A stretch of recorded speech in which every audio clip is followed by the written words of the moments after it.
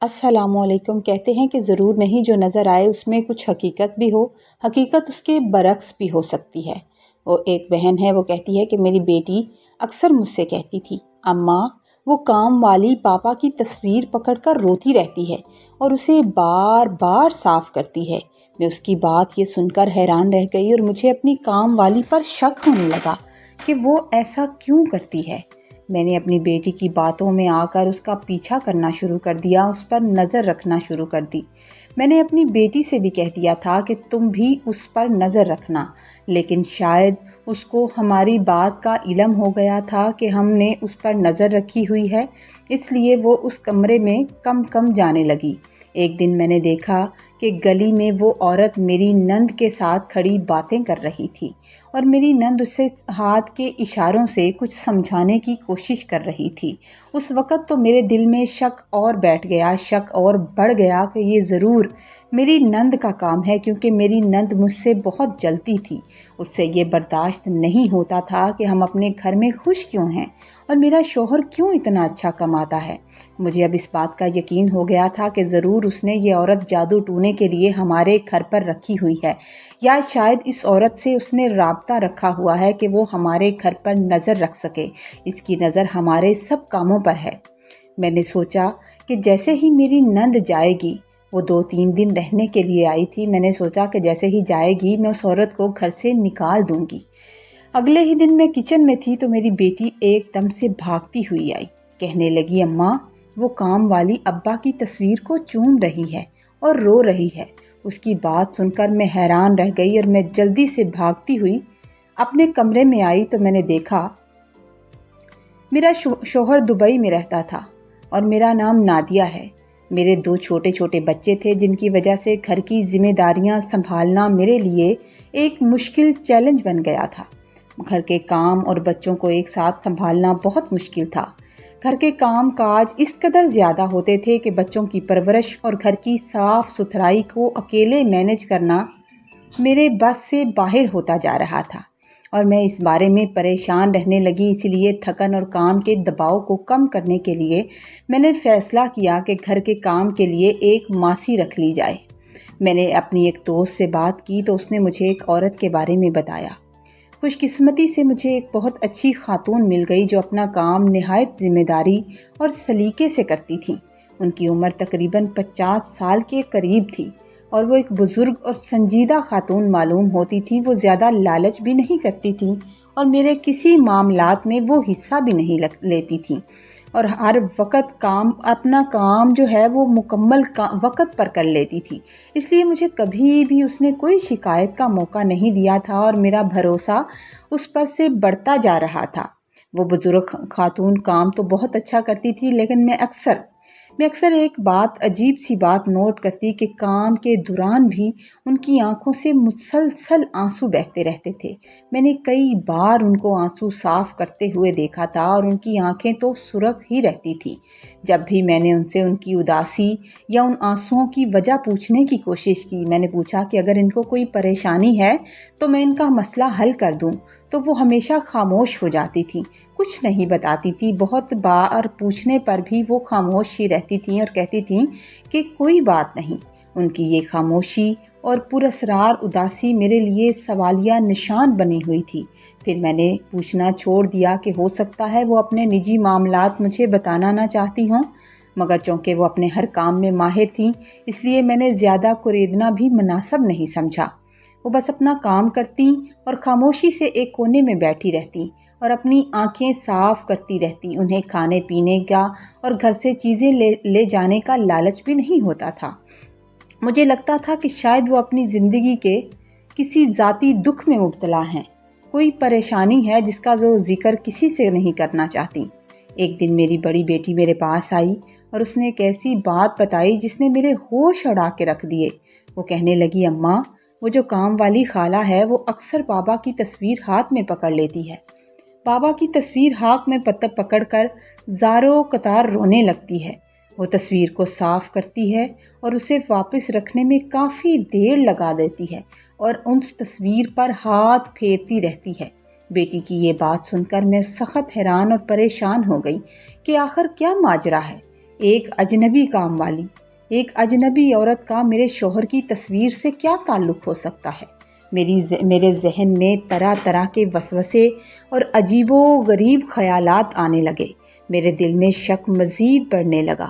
میں سوچنے لگی کہ اس خاتون کی اس حرکت کے پیچھے آخر کیا مقصد ہو سکتا ہے، اور وہ کیوں چھپ چھپ کر میرے شوہر کی تصویر پر آنسو بہاتی ہے؟ دل میں عجیب عجیب سے وہم آنے لگے۔ انہی شک و شبہات کے دوران میرا ذہن میری نندوں کی طرف چلا گیا۔ میری 2 نندیں تھیں جو مجھے کبھی خوش نہیں دیکھ سکتی تھیں۔ وہ ہمیشہ مجھ سے حسد کرتی تھیں۔ انہیں اپنے بھائی کا ہی بڑا دکھ رہتا تھا۔ انہیں اس بات سے بہت تکلیف ہوتی تھی کہ ان کا بھائی دبئی میں ہے اور ان کی بھابھی کی قسمت اتنی اچھی کیوں ہے اور اچھا خاصا کما رہا ہے اور ہم پرسکون زندگی گزار رہے ہیں۔ وہ بھی اچھے گھروں میں گئی تھی، لیکن پھر بھی وہ حسد کرنے سے باز نہیں آتی تھی۔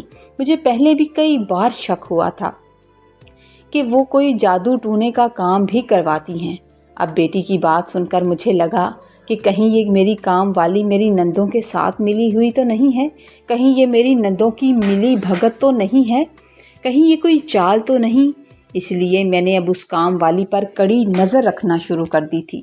میرے دل میں وہم تھا جو کہ بڑھتا ہوا جا رہا تھا۔ جب بھی وہ میرے کمرے کی طرف جاتی، میں دبے پاؤں اس کا پیچھا کرتی۔ میں اس کا پیچھا کرتے کرتے اس پر نظر رکھتی، لیکن شاید اب اسے بھی اندازہ ہو گیا تھا کہ میں اسے دیکھ رہی ہوں، یا مجھے اس پر شک ہو گیا ہے، کیونکہ اب اس نے تصویر کو ہاتھ لگانا چھوڑ دیا تھا۔ بس اپنا کام کرتی تھی اور کمرے سے نکل آتی تھی۔ ایک دن میری بڑی بیٹی بھاگتی ہوئی میرے پاس آئی اور کہنے لگی، اماں جلدی آؤ، ابھی جا کر دیکھو، آپ کو میری بات کا یقین نہیں آتا نا؟ وہ دیکھو، وہ کام والی خالہ ابا کی تصویر کو نیچے رکھ کر اس پر ہاتھ پھیر رہی ہے، اسے چوم رہی ہے اور بہت زیادہ رو رہی ہے۔ میں یہ سنتے ہی فوراً کمرے کی طرف بھاگی تھی۔ میں نے 1 منٹ بھی ضائع نہیں کیا کہ میں اسے موقع پر پکڑ سکوں، لیکن جب میں وہاں پہنچی تو منظر بالکل بدل چکا تھا۔ وہ عورت بڑے آرام سے فرش پر پوچھا لگا رہی تھی اور میرے شوہر کی تصویر اپنی جگہ پر بالکل ٹھیک رکھی ہوئی تھی۔ میں حیران رہ گئی کہ اتنی جلدی اس نے تصویر واپس اپنی جگہ پر رکھ دی اور اپنے آنسو بھی صاف کر لیے اور ایسے کام میں مگن ہو گئی جیسے کچھ ہوا ہی نہ ہو۔ میرا پارا چڑھ گیا، مجھ سے نہیں برداشت ہو رہا تھا۔ میں نے سیدھا اس سے جا کر پوچھا، اماں آپ میرے شوہر کی تصویر کیوں اتارتی ہیں اوپر سے اور اسے کیوں چومتی ہیں؟ میری بیٹی نے آپ کو کئی بار ایسا کرتے دیکھا ہے۔ وہ بوڑھی عورت حیران ہو گئی، حیران ہو کر مڑ کر میری طرف حیرانی سے دیکھنے لگی اور کہنے لگی، بیٹی میں نے تو ایسا کچھ نہیں کیا، میں نے تو ایسا کچھ بھی نہیں کیا، تم یہ کیا کہہ رہی ہو؟ اس کے انکار نے میرے غصے کو مزید ہوا دی تھی۔ میں نے اس بوڑھی ماں سے بہت تمیز سے بات کی اور انہیں بٹھایا اور پھر سخت لہجے میں کہا کہ آج کے بعد آپ ہمارے گھر مت آئیے گا۔ مجھے آپ پر پورا شک ہے اور میں ایسی مشکوک عورت کو اپنے گھر کام پر نہیں رکھ سکتی۔ میں آج ہی آپ کا حساب کر دیتی ہوں، آپ صبح سے مت آئیے گا اگر آپ مجھے بتانا نہیں چاہتی تو۔ یہ سن کر وہ میری منتیں کرنے لگی، وہ بہت رونے لگی، یہاں تک کہ اس نے میرے پاؤں پکڑ لیے اور روتے ہوئے کہنے لگی کہ اس نے تو تصویر کو ہاتھ تک نہیں لگایا۔ وہ روتی رہی، وہ چلاتی رہی کہ میرا اس دنیا میں کوئی نہیں ہے، میں کہاں جاؤں گی، مجھے کام سے مت نکالو، آپ کے گھر کا مجھے بہت آسرا ہے، کام بڑی مشکل سے ملتا ہے، آج کے بعد میں تمہارے کمرے کا رخ بھی نہیں کروں گی۔ اس کی باتیں، اس کا رونا، اس کی تکلیف دیکھ کر مجھے ترس آ گیا اور میں نے اسے دوبارہ کام پر رکھ لیا، مگر سخت وارننگ دے دی کہ اب وہ میرے کمرے میں قدم نہیں رکھے گی۔ میں نے اسے منع کر دیا کہ وہ اس کمرے کے قریب بھی نہ بھٹکے جس کمرے میں میرے شوہر کی تصویریں لگی ہوئی تھی۔ اگلے دن شام کے وقت میری بڑی نند اپنے بچوں کے ساتھ ہمارے گھر آ گئی اور کچھ ہی دیر میں نے کھڑکی سے دیکھا کہ وہ باہر گلی میں کھڑی ہو گئی اور میری کام والی کو باہر بلایا اور اس سے باتیں کر رہی تھی۔ میں نے کھڑکی سے دیکھا تو ایسا لگ رہا تھا جیسے وہ اسے سمجھانے کی یا کوئی ہدایت دینے کی کوشش کر رہی تھی، کیونکہ اس کا لہجہ بہت غصے والا تھا۔ اور وہ ہاتھوں کے اشارے سے باتیں کر رہی تھی۔ یہ منظر دیکھ کر میں ششوپن میں مبتلا ہو گئی کہ آخر چکر کیا ہے جو میری سمجھ میں نہیں آ رہا۔ میرا دل چاہ رہا تھا کہ میں اسی وقت باہر جاؤں، اور اس کام والی کو بالوں سے پکڑ کر گھر سے نکال دوں۔ میری نند کی تیکھی نظریں ہمیشہ مجھ پر رہتی تھیں۔ وہ میری ہر چیز کو، ہر کام کو نظر میں رکھ کے بیٹھی تھی۔ اب اس کام والی سے اس طرح ملنا میرے شک کو یقین میں بدل رہا تھا۔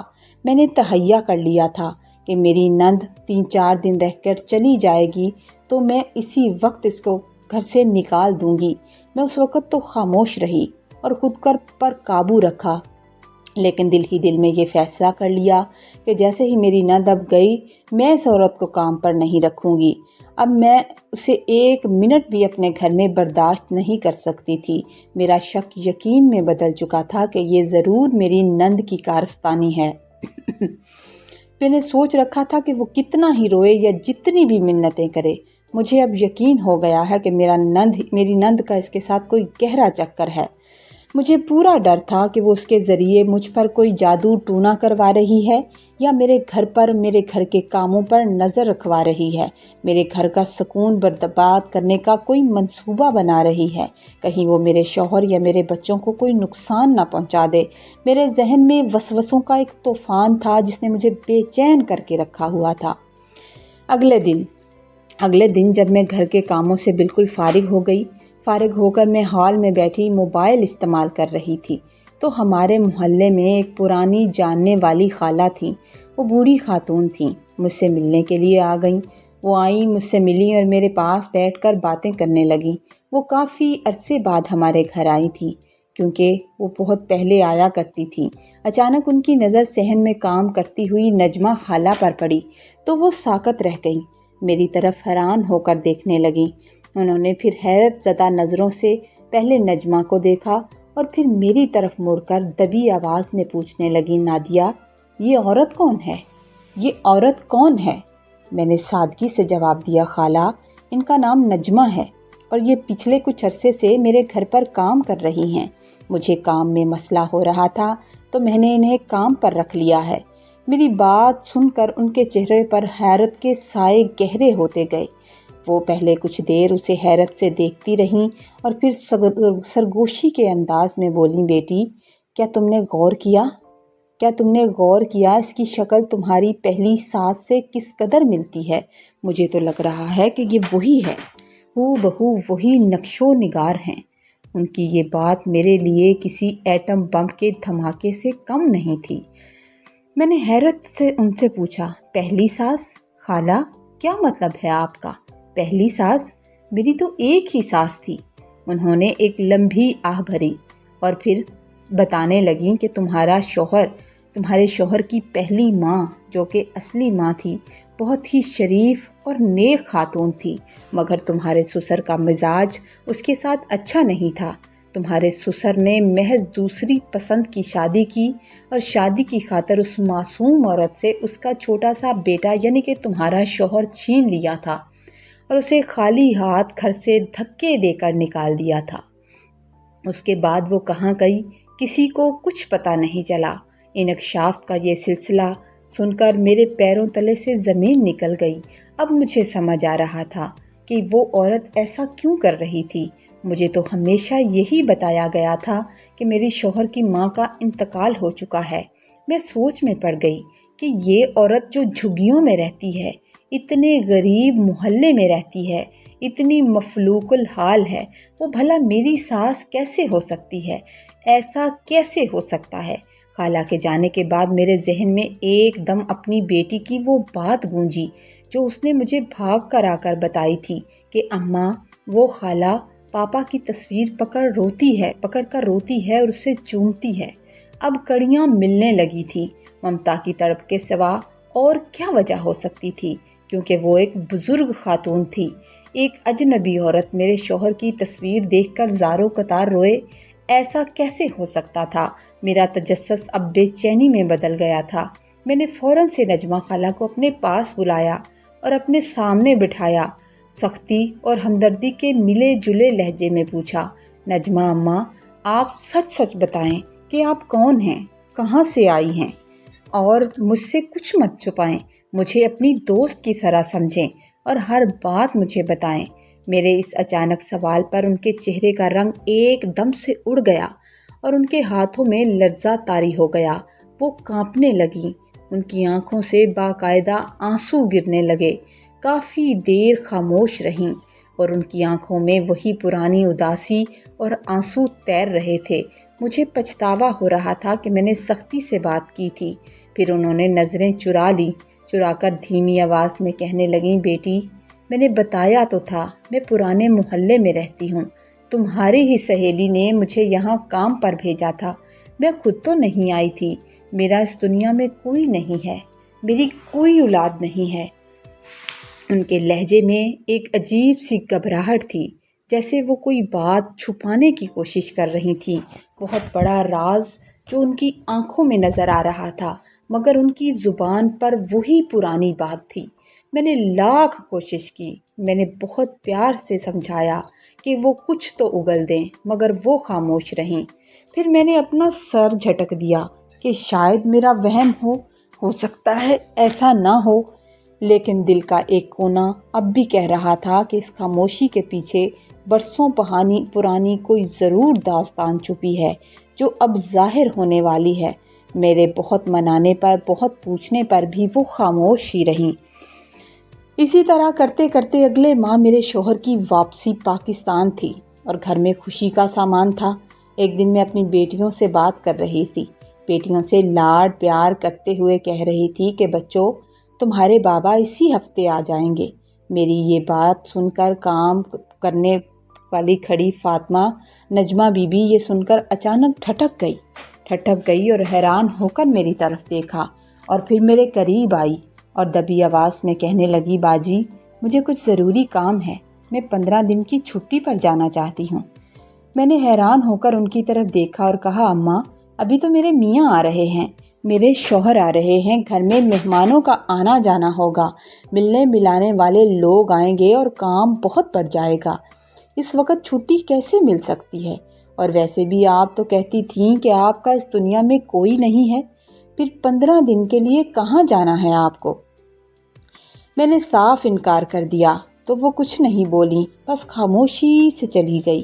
میں حیران تھی کہ میرے شوہر کے آتے ہوئے ہی انہیں چھٹی کیوں چاہیے، لیکن حیرت کی بات یہ تھی کہ اس دن کے بعد وہ دوبارہ واپس آئی ہی نہیں۔ حالانکہ میں نے انہیں چھٹی نہیں دی تھی، میں نے ان کا بہت پتہ لگوایا، مگر وہ جیسے کہیں غائب ہو گئی تھیں۔ میں نے اپنے دوست کو فون بھی کیے، مگر کوئی خاص جواب نہیں آیا تھا۔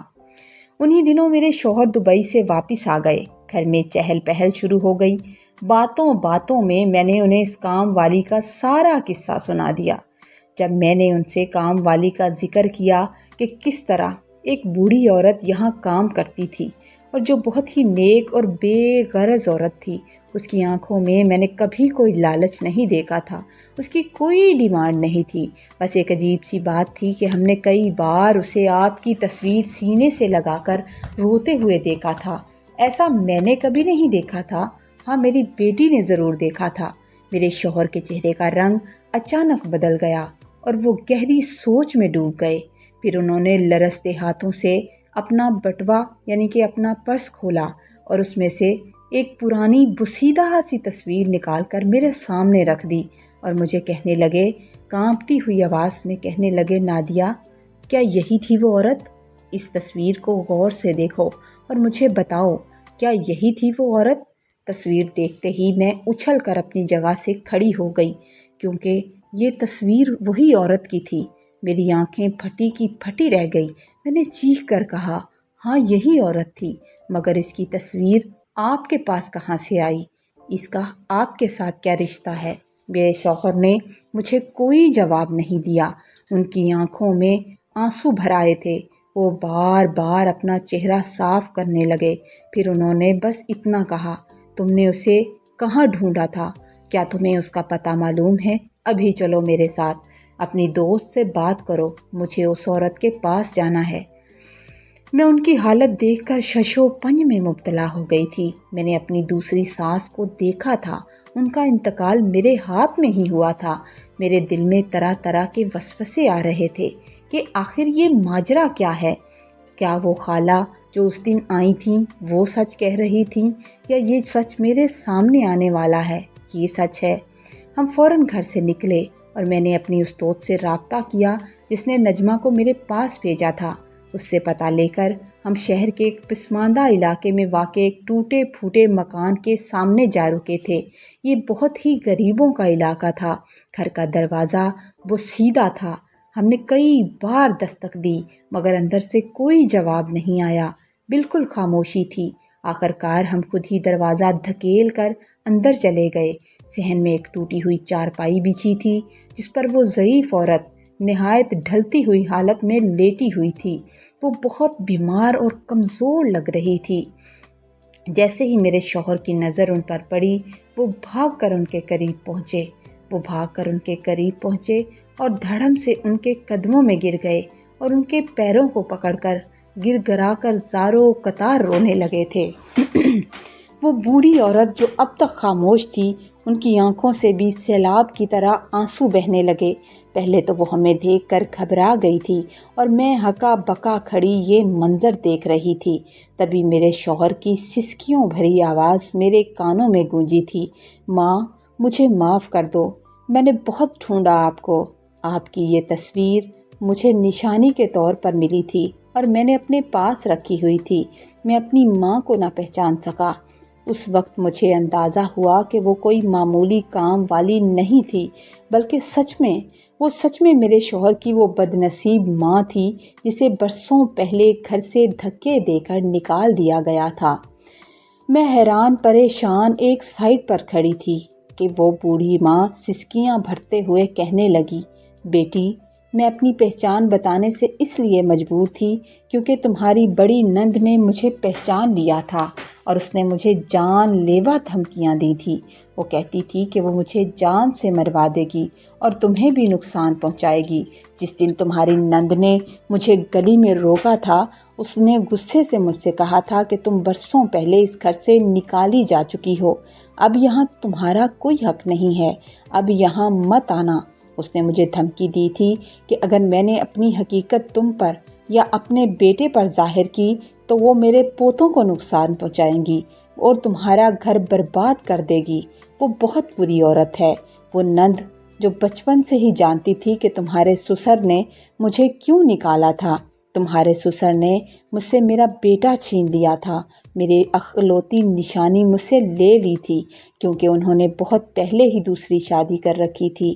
گھر والے اس بات سے لا علم تھے جب انہوں نے سب سے چھپا کر اپنی دوسری بیوی کو بالکل الگ رکھا ہوا تھا۔ تمہاری نند تمہارے شوہر سے بڑی ہے، وہ سب جانتی ہے۔ جب انہوں نے مجھے گھر سے نکالا تب وہ اپنی اس دوسری بیوی کو سامنے لائے تھے اور اس گھر میں بسا لیا تھا، حالانکہ یہ شادی بہت پہلے ہو چکی تھی۔ پھر ماں تڑپ کر بولی، میں تو صرف اپنے بیٹے کی خوشبو لینے اور اپنے پوتوں کو ایک نظر دیکھنے کے لیے آتی تھی۔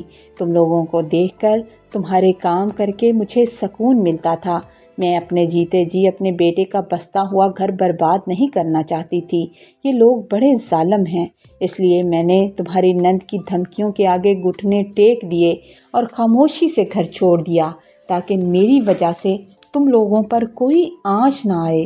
اسے ڈر تھا کہ کہیں اس کی واپسی سے پرانے جھگڑے دوبارہ نہ کھڑے ہو جائیں اور اس کا بیٹا پھر سے کسی مشکل میں نہ پھنس جائے۔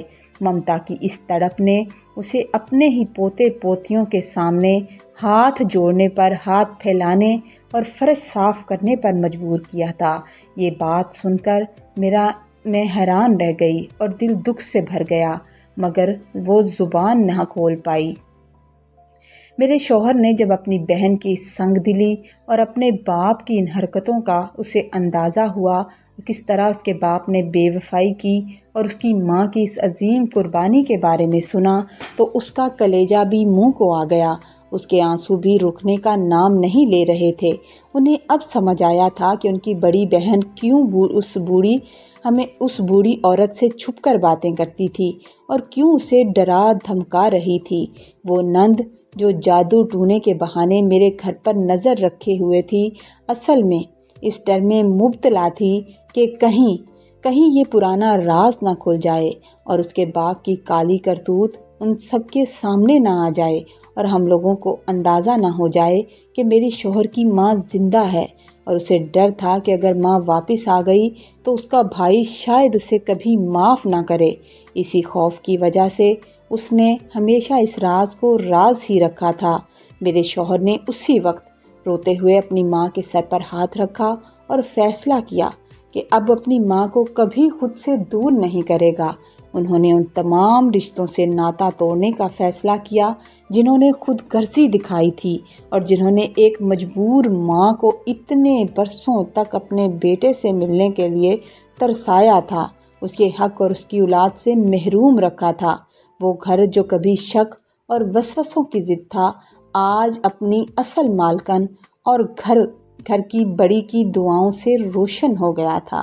میری نندوں کی نفرت، ان کی سازشیں ہمیشہ کے لیے خاک میں مل گئی تھیں اور سچائی سب کے سامنے آ گئی، سچائی کی جیت ہو گئی۔ اسٹوری اگر آپ کو اچھی لگے تو آپ نے لائک کرنا ہے، کامنٹ میں ضرور بتانا ہے۔ چینل پر نئے ہیں تو پلیز چینل کو سبسکرائب کر دیجئے۔ دعاؤں میں یاد رکھیے، اللہ تعالیٰ آپ کو سلامت رکھے، خوش رکھے، آباد رکھے۔ جہاں کہیں بھی ہیں اللہ تعالیٰ آپ کے لیے آسانیاں پیدا کریں۔ پلیز چینل پر نئے ہیں تو ضرور چینل کو سبسکرائب کر دیں تاکہ ہر اسٹوری جو ہے وہ آپ تک پہنچے۔ اب ہم اللہ حافظ کرتے ہیں۔ اللہ حافظ۔